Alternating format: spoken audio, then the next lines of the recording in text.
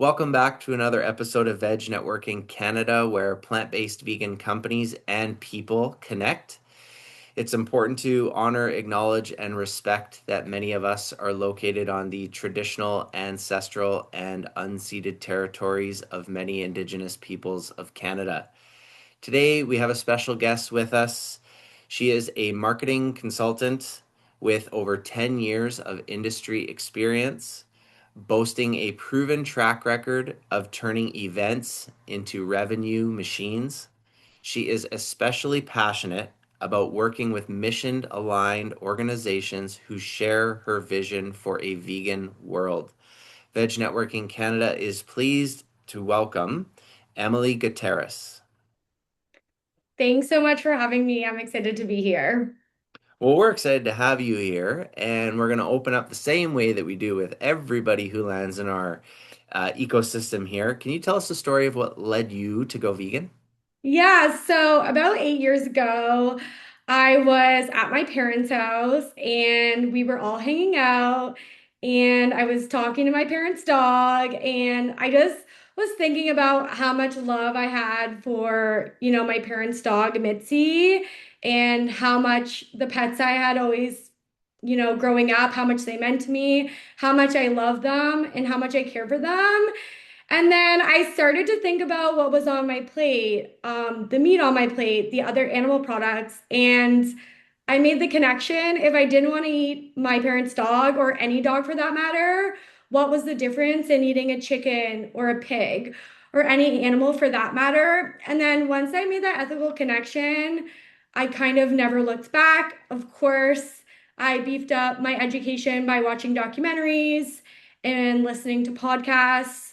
But once I made that connection, it was clear to me that I wanted to be vegan for the rest of my life. And since being vegan, I've been so fortunate to also have that impact my career in working with organizations like Vegandale, and helping them market and produce festivals. So it's made such a great and positive change on my life.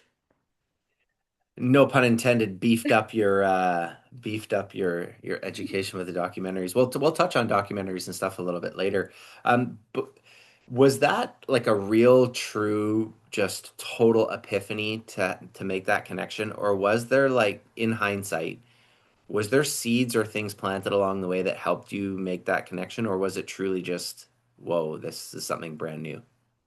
I remember when I worked at Olympia Sports Camp, that counselor that I worked with, she was vegetarian. And I always actually remember being very critical of her and questioning her kind of decision making around that, because at the time I was like, well, why wouldn't you eat animals? And clearly I had my own opinions about it. So that's kind of, I guess, like my formative experience of remembering like a vegan or vegetarian. But I do kind of remember just making the connection on my own and then kind of doing the deep dive into like all the documentaries.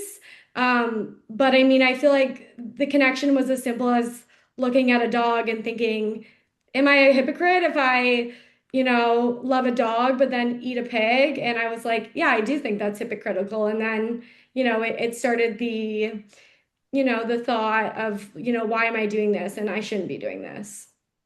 Kudos to you because Yeah. the whole like truth of cognitive dissonance just has like a hold on people. So kudos to you to be able to kind of break through that and make that connection. So you mentioned some of your work being a fractional marketing consultant and some brands that you've worked with and things. So what is your entrepreneurial story spark? What was your start in being an entrepreneur?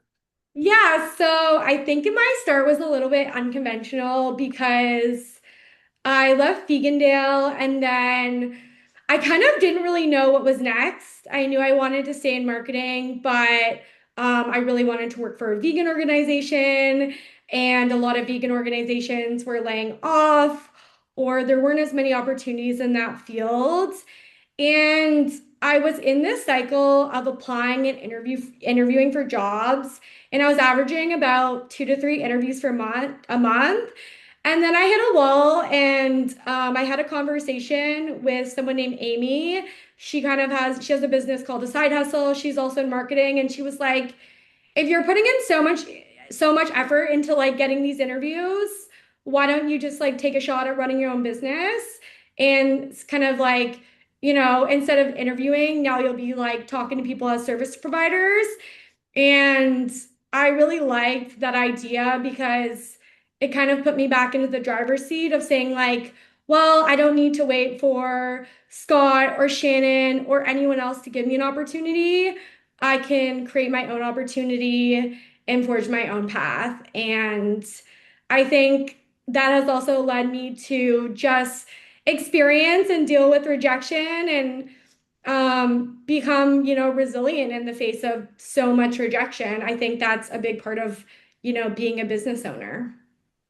Oh boy, yeah. Everybody who has been an entrepreneur for maybe a long period of time, a short period of time, is definitely thinking, yes, having thick skin is very important for the DNA of an entrepreneur. And funny because before we started recording with you here, we were chatting with the people who are live with us about entrepreneur versus entrepreneur. So also interesting how your transition was being an entrepreneur and then moving out into the world of entrepreneurship. So that's awesome. Thanks for sharing. So your brand, your personal brand and your brand and your business, like where are you going in the future and what's next for you?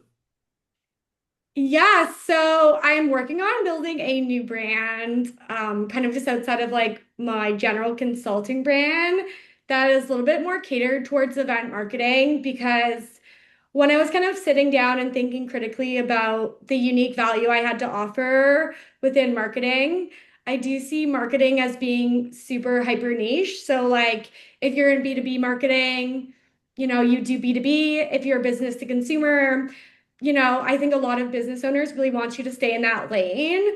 So, with my over 10,000 hours of experience in event marketing, I really want to niche and focus a portion of my consulting within that industry.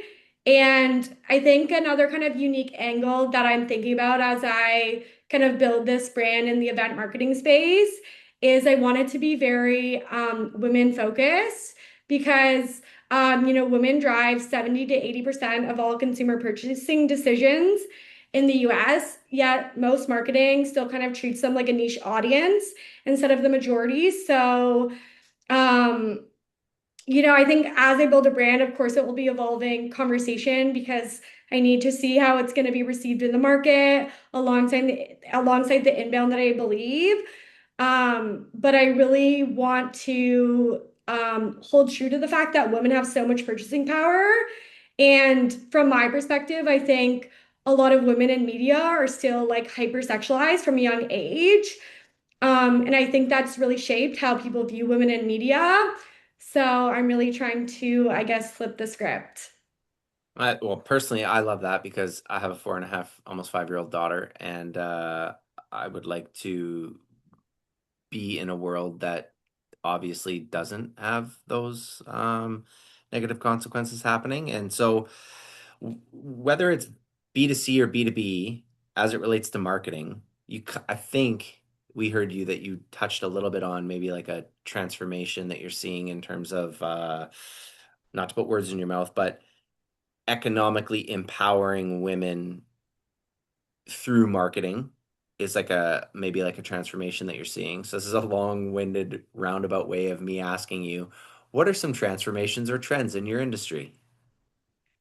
Yes, of course. So I think a big one that is kind of like a hot topic, which is definitely very relevant in my role as a marketer. But even as I take on new hats and do some business development for companies, I'm still just so like actively using AI. So I think you're not going to be replaced by AI, but you will be replaced with people who use AI. And I think that's true. I think the people that are learning and building with AI as an assistant, co-working with AI, and really using it to, produce work that's more effective and efficient. And really, I feel like helps maximize your output and leaves time for like more strategy or more deep thinking.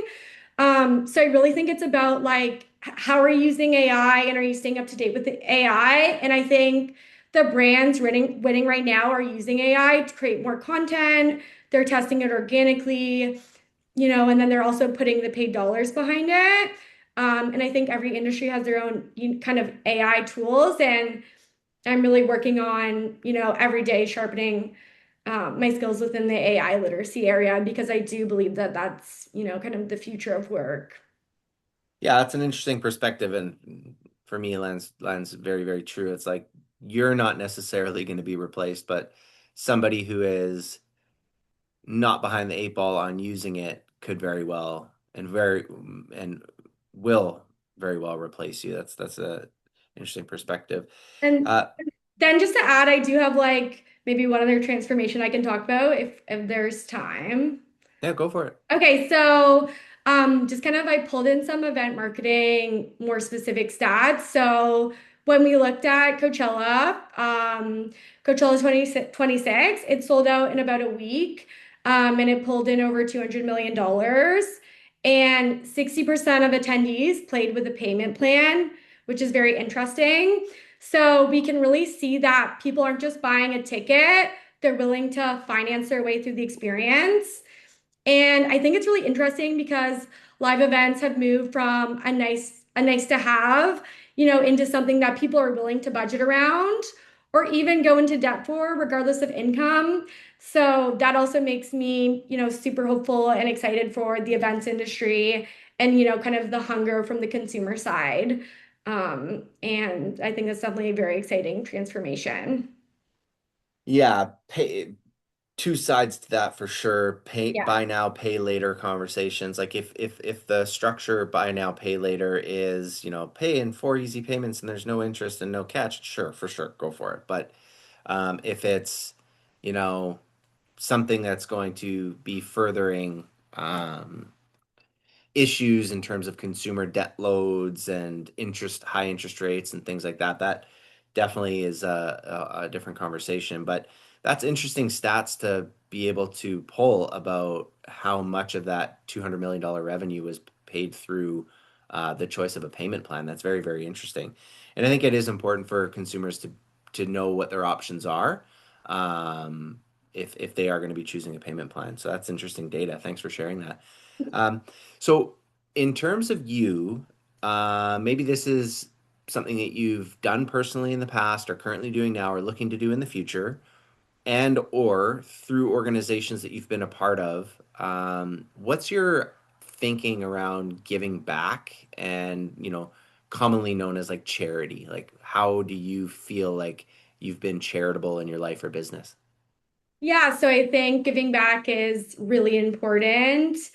And I actually was doing a lot of volunteering with Veganuary last year. And doing that volunteering with Veganuary actually led me into paid opportunities. So I'm all for volunteering. I think it's a great way to broaden your network, but also still continue to build on your skills. I didn't really have as much experience in the nonprofit industry. So that gave me that exposure to being in a nonprofit. And as Sandra mentioned earlier, that yes, I'm on the board of Positively Vegan, but I would love to join another board or get more involved in another charity. I think it's a great way to build on your skills, but also to be able to expand your network. And I do believe that it generally, comes back or pays off in the end, even though it is just about giving back. Awesome. And in terms of your work in marketing, most people, regardless if they're in a for-profit sector or nonprofit sector, like marketing totally, totally matters. So, do you have any resources, whether it's, I don't know, apps on your phone, books, podcasts, cohorts, groups, things like that? Do you have any resources specific to your industry experience that people may or may not know about? That's a good question. I am like pretty active in following some thought leaders on LinkedIn, as well as there is someone that I know that has a marketing agency, and she does a lot of like case studies on branding and marketing. Her name is Camille Moore, and she runs Third Eye Insights. And then I do follow kind of a lot of general, kind of like business podcasts, and I definitely can share more of that, I guess, once we get to that question. But I think LinkedIn is where I'm kind of, seeing the headlines, seeing the industry changes, and then also just like really paying attention to like what's going on with like budgets and marketing because I think as everyone knows that marketing can sometimes be the first to go when a company is scaling back. So I try to be really active in following, what's going on LinkedIn from the employee side, but also from the employer side, and kind of reading different brand books, or yeah, playbooks that different companies develop. Yeah, well, we are right there in that question in terms of podcast. Yeah. The next one's going to be about who or what inspires you. But for now, what are some of these podcasts or other resources that you just want to maybe put on people's radar that they might be able to improve the way that they interpret or use marketing? Yeah, I apologize. Maybe I misinterpreted the question. No problem. Yeah, so I'm big into podcasts, I think. I live alone, so after I finish work, I love to just like put on a podcast for when I'm cooking or for when I'm walking. I feel like it's like such a great way to kind of passively consume information where you don't have to be like sitting down and reading a book. One podcast that I really enjoy is Jason Tartick's podcast. His podcast is called Trading Secrets. And Jason actually spent a decade in corporate banking, before he actually went on The Bachelorette. And now he also is a best-selling author. And he sits down every week with guests to kind of go through their career and the finance behind their career, and, kind of lessons that young professionals can learn. And an episode that really stuck out to me was one of his conversations with CNN anchor Caitlin Collins. She kind of broke down the pressure, the stress, and kind of the financial realities of covering the White House. And she also like shared a great lesson, which I can share. And it's the fear of making a mistake is usually worse than the mistake itself, and you can't let anxiety stop you from doing great work. And I think that's something that I think a lot about as a business owner, just taking the mistake, failing, but then, learn in every failure and learn in every mistake and use that to grow and be a better version of yourself and a better version of yourself as a business owner. And then I do just follow, general news because I think it's important to understand kind of the macro and micro trends of what's going on in the world because I think that influences day-to-day business and sales within a business. So speaking of failure and mistakes, is there like a mistake that you made in business that really like propelled you or helped you move forward? I think I actually just went to the AVA conference and I was representing an organization there for the first time. So that was a net new experience for me. And that's actually the first conference that I've ever went to where I've represented a business. And I don't think I've been to really a conference since university. And I was really trying to maximize, my ability to speak to as many people as possible and make the most of the conference. And I think some of the feedback I got was like, to, just I guess be like mindful of social cues. And I think in an environment that's like very overstimulating, and a 4-day conference, I think like me as a business owner and representing an organization, I was really trying to make the most out of it. But I think I probably should have, gone to the quiet room maybe one or two times more just to kind of decompress, in the busyness of such a big conference with so many people. So I think that was like an important learning for me of like sometimes by like slowing down, we can even go faster to kind of like summarize. Yeah, there's definitely that saying like slow down to speed up, and that's Yeah. definitely true for sure. Um, so you've mentioned Camille Moore, you've mentioned I think it was the side hustle with Amy, you've mentioned I think you even just talking about Jason, I think it was, or but Yeah. Who and or what inspires Emily? Yeah, so I think in media, we're so lucky to have so much exposure to so many people that are doing so well in business, which gives us such like a wide pool to choose from in terms of media consumption and who to follow. So I think I take inspiration from a lot of different individuals instead of kind of narrowing it down to one. I think recently I was really impressed by a podcast that Reese Witherspoon did. Because she was talking about how she bet on herself and she really built this like media and television companies centered around, women's stories, at a time when movies and TV were really centering men. And it's really interesting because she shared how Big Little Lies was kind of like a break even project, and that was a failure for her. But then, she kind of learned from that and has now kind of grown the company. So she's definitely someone that I guess, look to as an inspiration. And then, speaking kind of on this like female empowerment perspective, Petra Collins is a Canadian photographer, director, and artist. And she really kind of built her name through, a distinct visual language, a very dreamy kind of female-centered imagery. And she's really kind of captured like, girlhood and being a woman in a way that hasn't been seen before.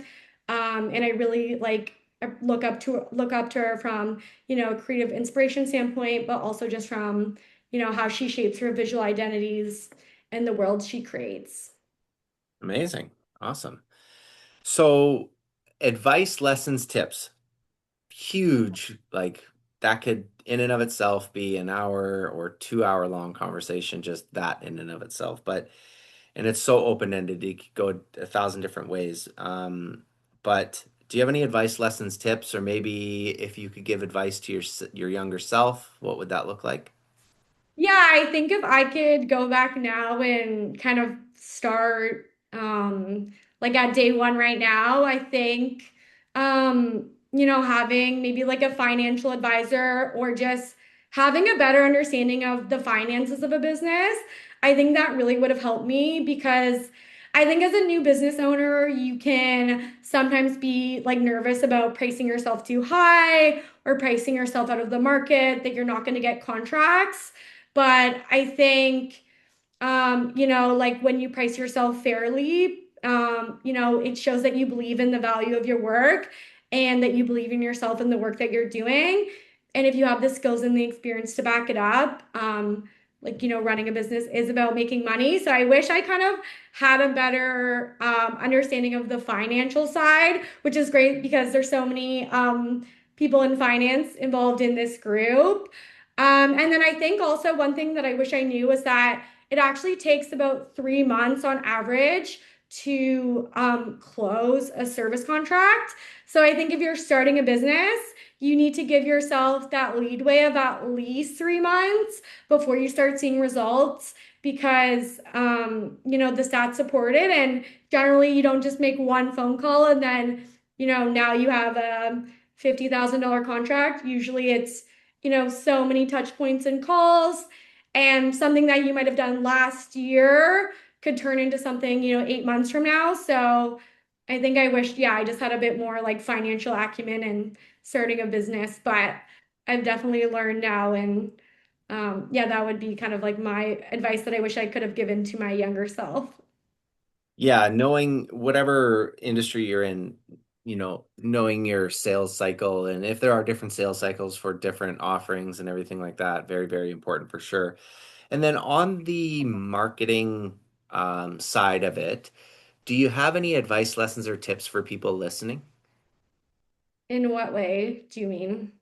Well, just you as a marketing expert specialist, like, is there any just advice, lessons, or tips that stand out for you that you would maybe want to impart on those people listening who might be, you know, interested in knowing more about marketing or marketing better for themselves?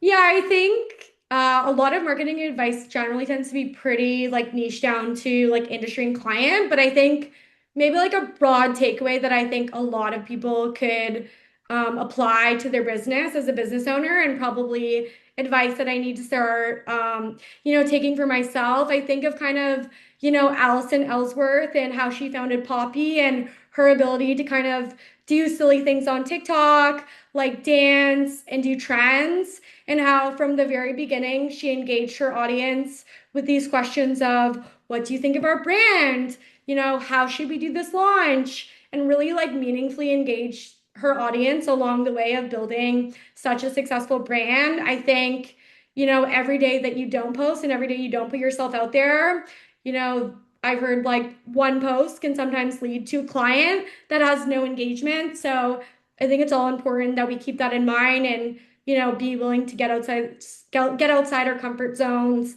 and, seeing what's on the other side. The worst that happens is you post.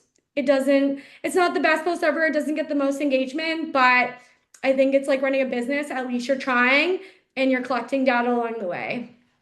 Love that. That's awesome. And yeah, people, all of us listening, we like to be involved in how a brand is being built. It feels like we have buy-in, feels like we have skin in the game, and it feels great to support a brand that you feel like, hey, they listened, right? Because ultimately people want to be recognized and seen and be valued and heard. So that's awesome. Is there anything in the conversation that maybe we totally missed or touched on, but not enough that you want to go back to or anything like that? Just kind of leave the floor open for you if you have any announcements, anything like that, before we let people know where they can find you. I think we covered it really. I'm definitely super grateful and excited to be in this community and to continue to be, in this network is really meaningful for me. So thanks for having me and thanks for making time for this conversation. I really enjoyed it. Awesome. Excellent. Appreciate it. Thank you so much. And it looks like we have a question from somebody live with us. I don't know why. Okay, here we go. So, question. Marketers typically need to have their finger on the pulse of their target audience. Can you share one of your favorite target market segments you try to tune into? And how do you tune into this audience's struggles, motivations, etc.? What comes to mind for me is, I guess the vegan deal and how we were so, vegan and food forward, and then really shifting into, customers that are still vegan curious, but customers who might come to the event for the music component. So I think about, us kind of tapping into fans of Rick Ross, fans of Coi Leray, fans of Sweetie, and really kind of building our paid strategy around that. And then, monitoring the comments of our community, monitoring the comments on our, paid ads to see what people were saying. Because Vegandale did, in fact, get a lot of backlash by bringing on Rick Ross. But I think, what's the important thing to remember about veganism is if we're all in a room with vegan people, we're not spreading the message to non-vegans. So I think, Justin, as you said earlier, all of us are planting seeds to family and friends, and acquaintances every day and everywhere we go. So when we think about that in a festival format, having 30,000 people come out and a lot of them not being vegan, but trying vegan food, being exposed to vegan artwork, that in itself is planting a seed for them to incorporate veganism or consider going vegan after the event. So that's kind of something that comes to mind for me. But let me know if I can go into a little bit more detail or provide any kind of more context if you think it's necessary, Justin. Yeah, no, appreciate it. Thanks. It's always nice to have people roll with the punches. And when we have questions from those who are with us live, kind of like a curveball for you, but appreciate it. And everybody, you can find out more and follow along with Emily, particularly on LinkedIn. Emily, Emily Guterres, Guterres. So you can find out more and stay connected with Emily on LinkedIn. Thank you, Emily, for being here and sharing your experience with us today. Much appreciated. Everybody who's here with us live right now, thanks for being here.